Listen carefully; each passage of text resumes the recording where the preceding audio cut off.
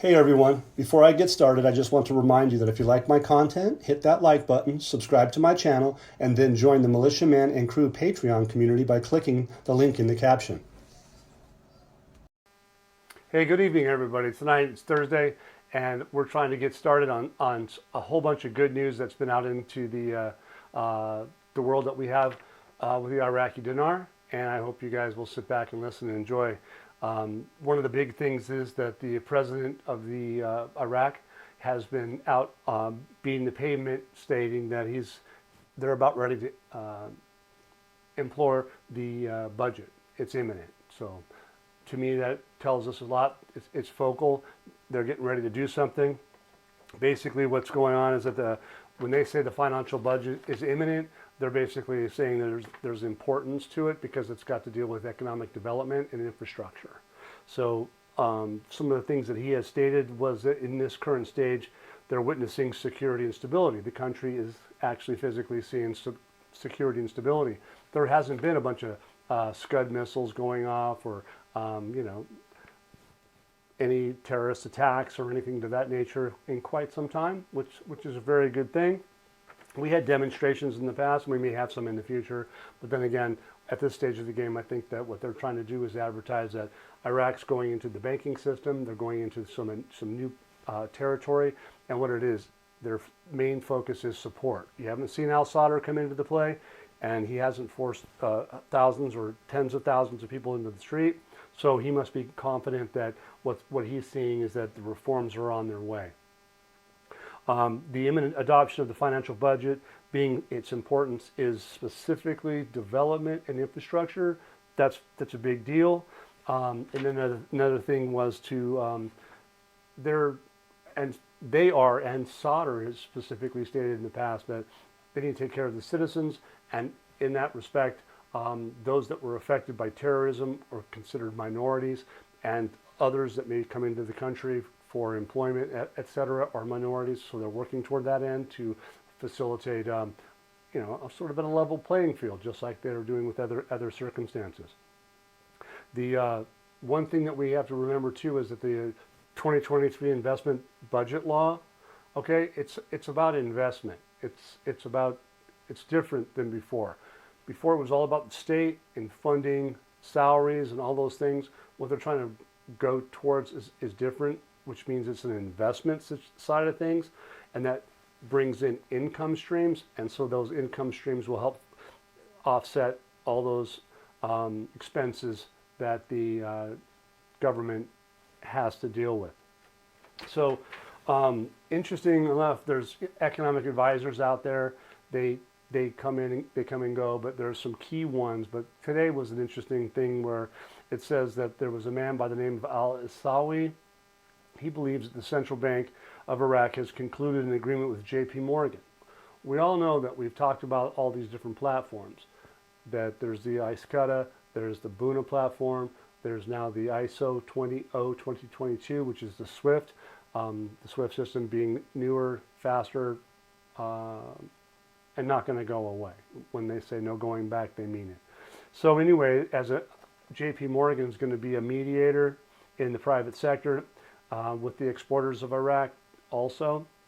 So when they talk about that, those are going to be some key important things that are transitioning Iraq from a public country to a private country, in a sense of their business outside. It's going to be a private sector. That's what I meant by that.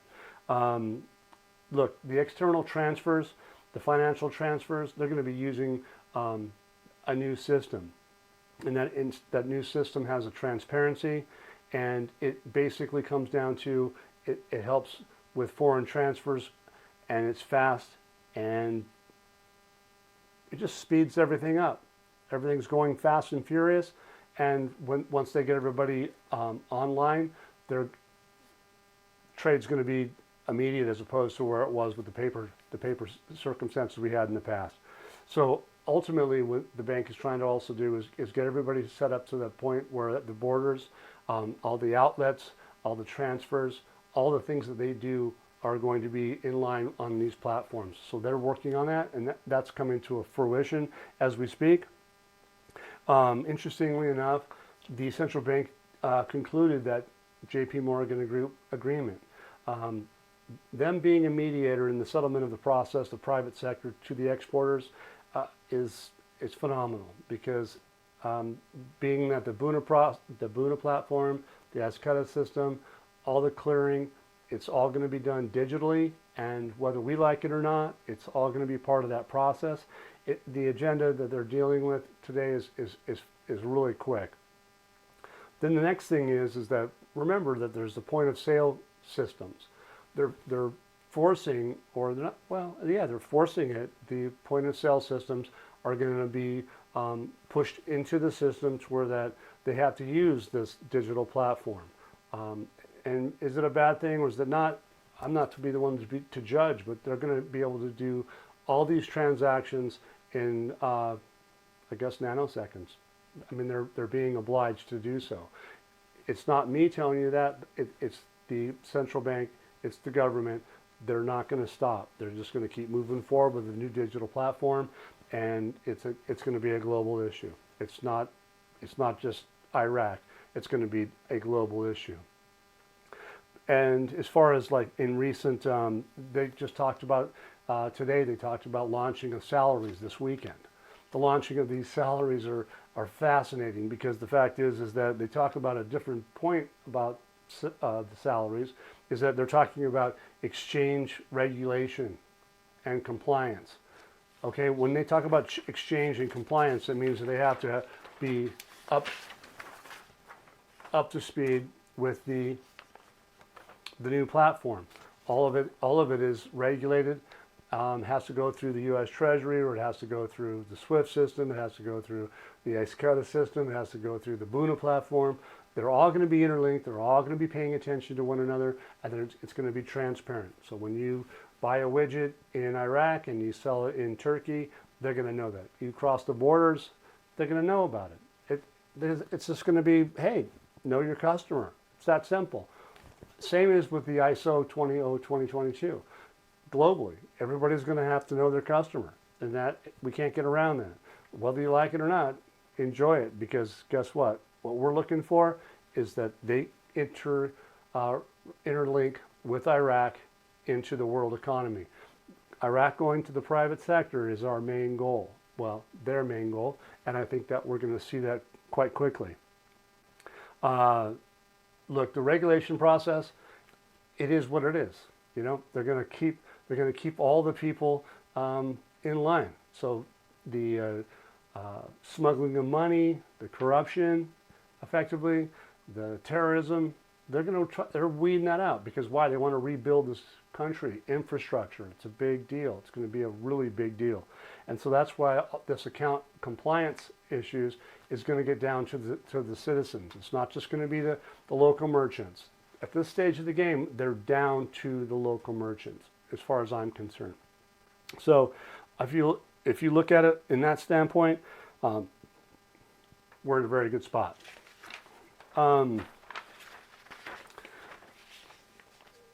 The Prime Minister of Finance and Foreign Trade, he has come out and says, look, the private sector has adopted the electronic platform.